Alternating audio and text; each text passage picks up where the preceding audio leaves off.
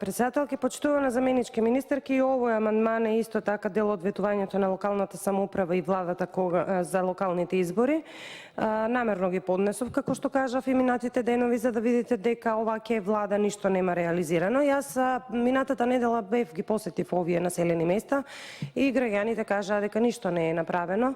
Така да добро е, додека имате време, уште неколку дена, да ги викнете тие градоначалници, да им одржите една кратка мини обука како и каде треба да аплицираат за да изнајдат финансиски средства.